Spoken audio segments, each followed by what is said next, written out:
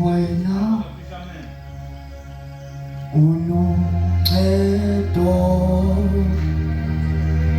lwethu sithembe wena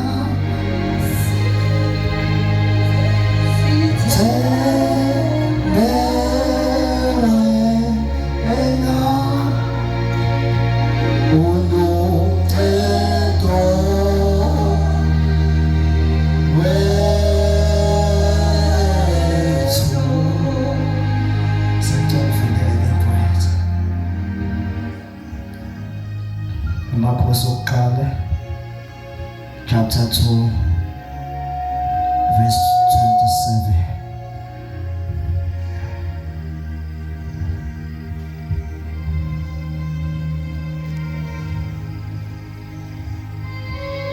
Jesus. Siyafuna bazalwane benkosi incwadi yamakhosi esibili chapter 2. Amakhosi okuqala. Chapter 2. Chapter number 2, verse 27. Verse 27. Amen. Ihlo sifunda kanje. Izijeziso zika Adoniya noAbiyathara noJowabe noShimeyi. Verse 27. Solomon wayesemxosha Abiyathara angabesaba ngompristi kuJehova ukuba agcwalise izwi likaJehova alikhuluma ngendlu kaEli eShilo. Lapho kufika umbiko kuJowabe ngoba uJowabe wayemlandele uAdoniya noma engamlandelanga uAbsalomu. uJowabe wabaleka wayetendeni likaJehova wabamba izimpondo ze-altare. Inkosi Solomon yatshela ukuthi wabalekele etendeni likaJehova bheka ungase-altare. Solomon wayesethuma uAbeneya indodana kaJehoyadana ngokuthi hamba umsukele. Uphinde wafika etendeni likaJehova wathi kuye, isho kanje inkosi ithi phuma, wathi cha.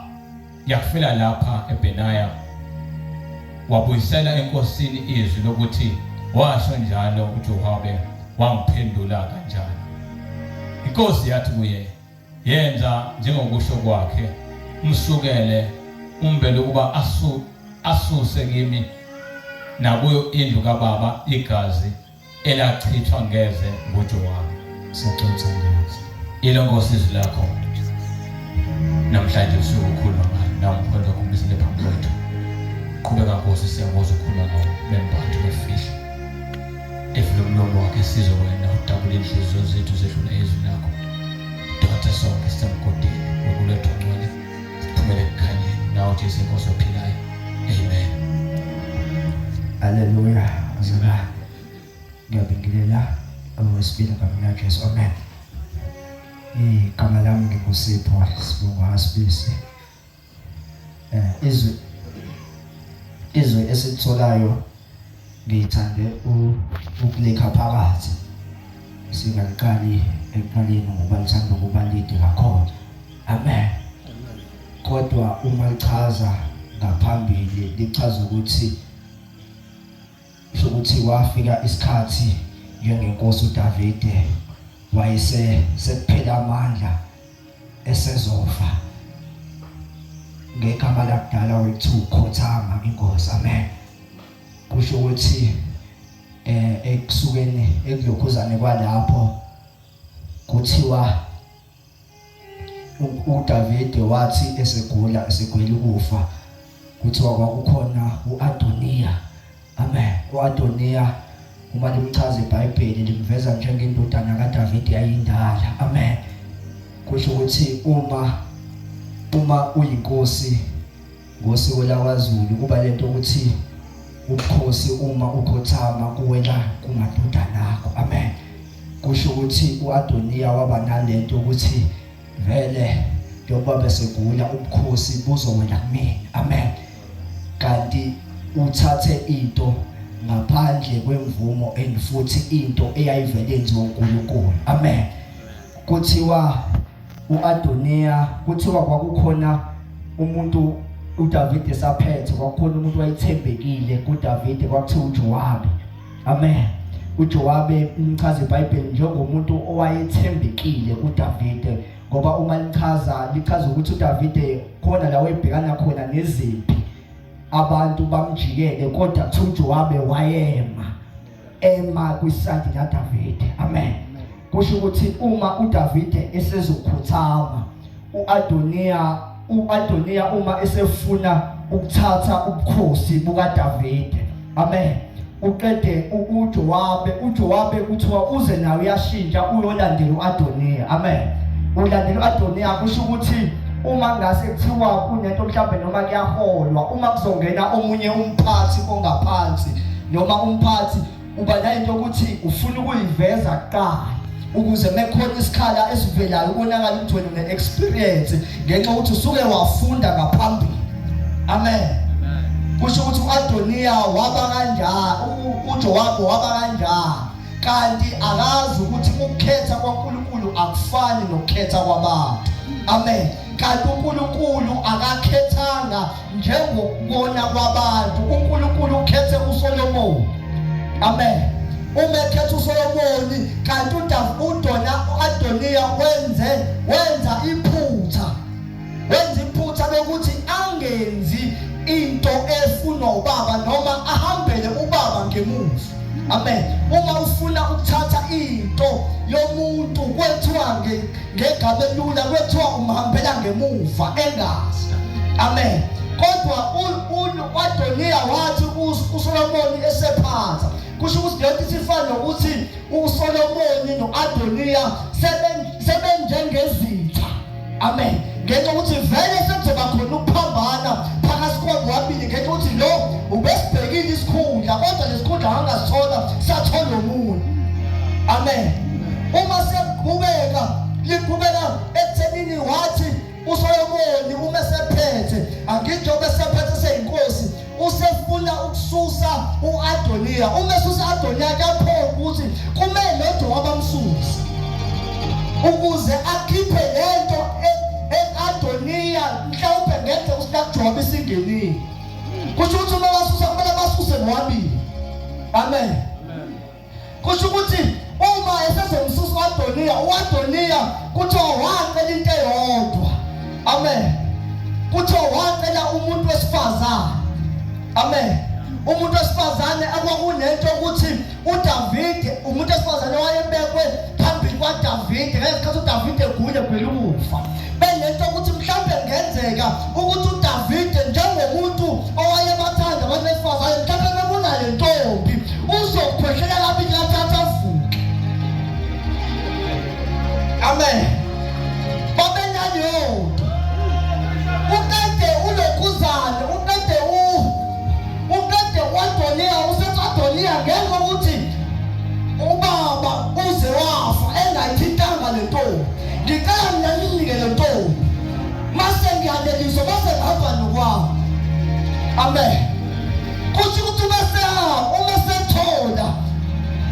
umesethola uthi uDavid uthi uSolomoni akanandaba ney'celo zakhe, kodwa anendaba nakho ukuthi uhambe emva kwaNkulunkulu. Amen. Kuthiwa emva kwalokho angithi manje sekumele noJowabi athole isijeziso sakhe. Kuthi uJowabi wafika umbiko kuqala ukuthi uzothola isijeziso ngenxa yokuthi uhambele inkosi ngemuva. Kuthi uJowabi wathi uMemory ukuthi ukufa sekumsondele. Kuthiwa kunendawo okuthiwa uthempeli bazalwane. Ithempeli ile ndawo le ekwakhulunywa khona noNkulunkulu. Amen. La ekwashiswa khona lokhu uNkulunkulu akethi akwenze bakwenze khona. Amen. Kuthi uJowabi wathi mezwa ukuthi kuthunyelwe ukuthi uzofa. Kuthi waphuma ethempelini. Uma fika ethempelini kuthi wafika ababili kusethempeli.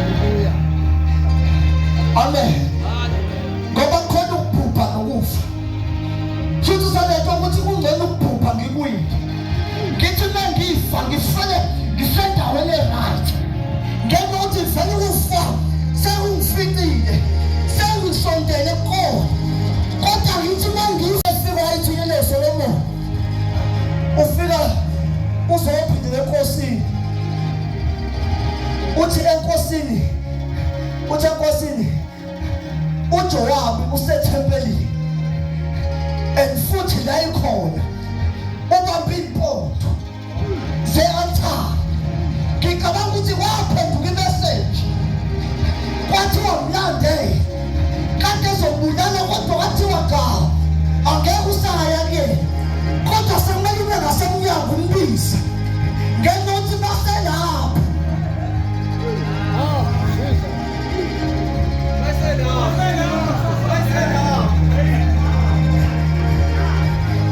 wazile kakhulu umbili wenze isono phambi kwenkosi kodwa ungaselapho ungamsaya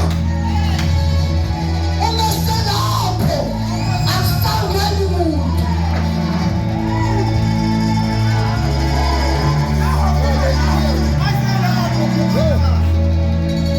kuthi hayi ngiyamfuna umbulala kodwa ungayi lapho ngoba kunento akangena ungaselapho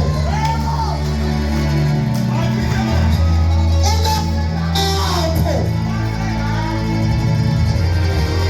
yebo utawa utu ubona usilembu kodwa ungaselapho uyamthabatha simone enkulu webusuku kodwa ungaselapho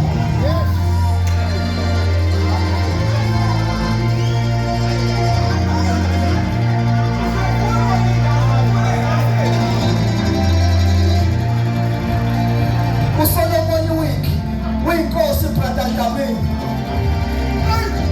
ngiyathuka uSolomon ube yinkosi kodwa kuneyindawo la ayisabayo uthi uSolomon ka ungambulala kwenye indawo kodwa ngaselapha yebo simfuna efile kodwa ngaselapha asafikelele Jesus ngaselapha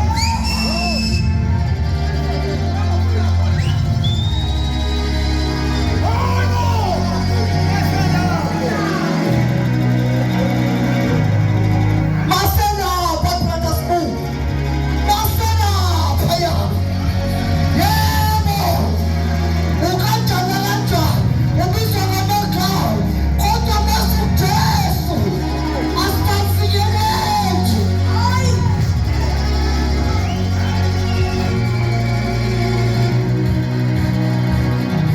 masulapha ya ngisho noSathane akadlaleli kuwe uphenduka ungabi umngane namadimoni idimoni alikusabisi ingeke uthi kunento oyibambile into oyibambile akusondele emva kudinga abantu abahlelekile maselapha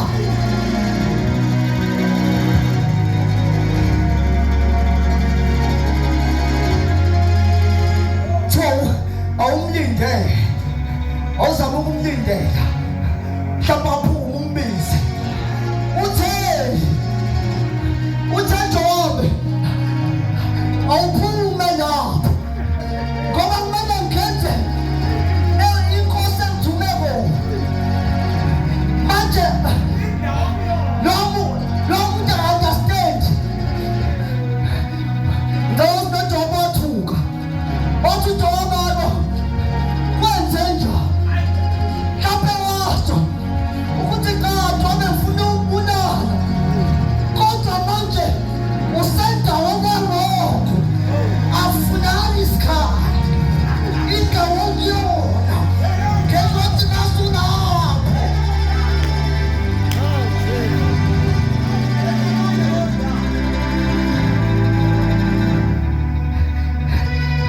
omunye wena kule ndawo uzubibitheka kwesinye isikhathi kuthiwa kwathi uba nompristi wana mebibitheka wazathi udaliwe udabukwanyele emnandi ngenxa yokuthi masulapha masubambele yanto uphenduka uhlanya umemeze emkhankweni uthandaza umemeze mathekisini phakathi edrobheni ukhuza uSathane abantu benduva kwenze njani ingengozi masulapha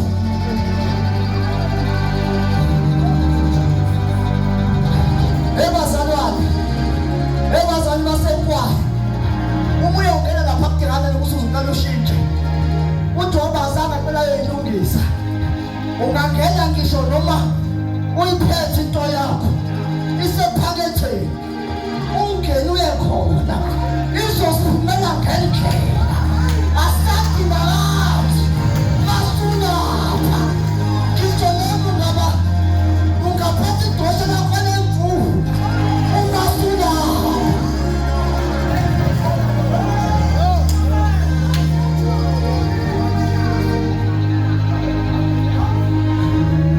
Ngoba manje into eyinkinga eshayile ukuthi abazalwane into engibonile bajaha ukuyokholwa kodwa bangayivezi ukuthi ngisahluleka. Uma sebuye ekhaya ibuye into ingipho ithi cha ngiphuze ungithenge ngemali ngithi ukuthi ungiphuze kanti masulapha ya uzosibonela yona apha ethathayo ukuthi ayidingakazi into efunana uJesu uyanga lesomemezela sizobemezela uJesu ohlonisayo umuntu lesono.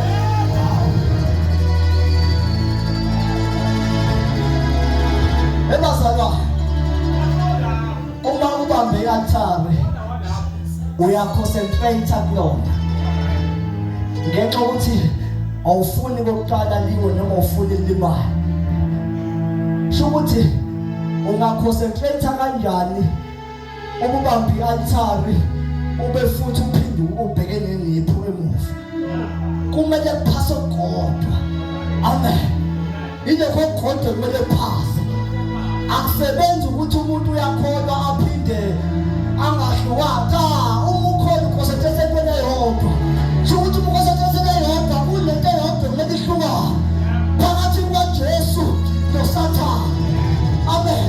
Ingakho uma ukholwa uNkulunkulu uyahlukana nezinto lezo zinto zibizwa ngesono.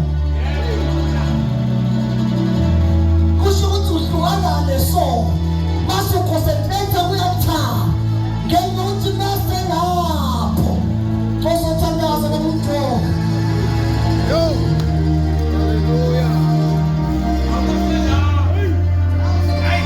Sibenge inyawo siyathandaza abazalwane egameni likaJesu. Siyathandaza egameni likaJesu. Thank you Jesus, thank you Jesus. Hallelujah, hallelujah. Lento bazalwane ngiyayizwa. Ukulento ayidingi umuntu.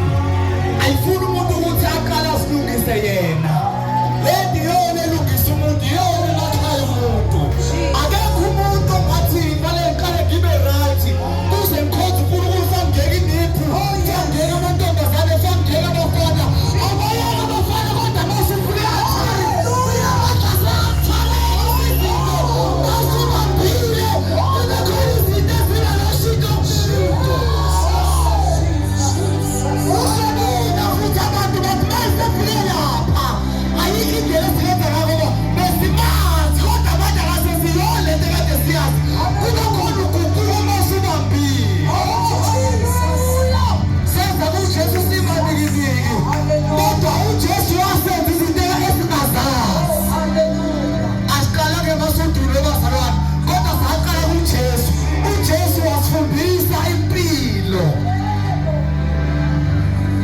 Thank you, Jesus.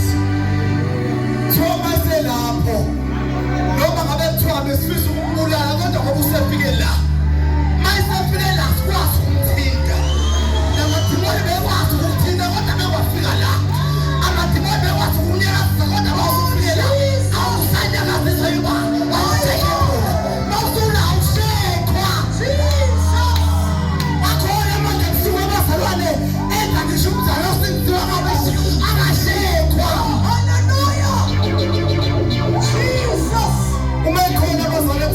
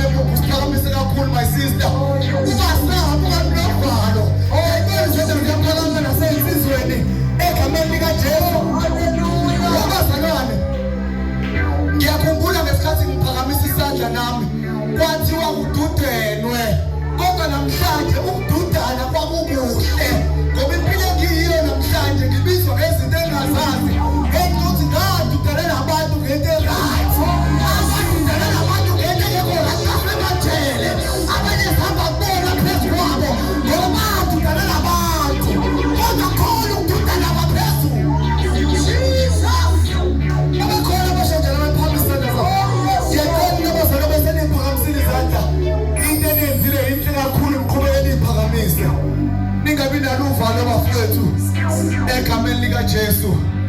Babekhona abanye abashoyo bathi siyamdinga uJesu. Phakamisana zakho saka right nje kakhulu egameni likaJesu, ungabi novalo, ungavumi usathana afaka uvalo kuwe egameni likaJesu. Ngiyacela nje siphakamise ngiyamdinga uJesu. Phakamisa isandla sakho kanjalo egameni likaJesu. Ngiyacela abafowethu akade bephakamisa isandla, my sister ngemuva uze ngaphambili egameni likaJesu. Abafowethu uzani ngaphambili. Yinhle kakhulu into eniyenzile. Kwathiwa mina ngayifaka inhlanhla ekhanda, angazi ukuthi ngifaka isimangaliso singaki. Uzani nje bafowethu ngaphambili, nifike nime la egameni likaJesu. Nime nje nibhekela ngaphambili kwethu. Uphendule ubheke ngaphambili, ubheke ngala nje ngaphambili, ubheke mina. Ngicela nime nje la. Amashaza asize egameni likaJesu. Thank you Jesus. uJesu uzobhala kabusha, uzoveza izinto kabusha. uJesu uzazeke ukuthi ukhona endaweni befanele abonakale kubantu, abonakale ngabantu. Mekhona umoya osho njalo aphuthumeze ngaphambili. Noma ngabe kuthiwa uyidelile, uJesu akamdeli. uJesu unendaba. Abantu abanandaba nawe, kodwa uJesu unendaba nawe. Abantu ababenendaba nawe noma wenza into enhle, mawulela ungavuka ekuseni kuthiwa ave iveli uyalala, mawusebenza kakhulu kuthiwa ave uthanda ukusebenza, ufuna ukubukwa noma ngathi wenzani, ayikho into ongayenzela abantu. Mekhona umoya osho njalo aphuthumeze ngaphambili. Ngiyacela thina ngaphambili siphakamise izandla zethu. Ngiyacela nje bafuna siphakamise izandla zethu egameni likaJesu. Izona zombili. Mekhona umunye bazana abela gijimeze ngaphambili egameni likaJesu. Mawusufike kuJesu, uJesu uyayisiza impilo yomuntu. Ngiyacela bafethu nisho emva kwami lamazwi.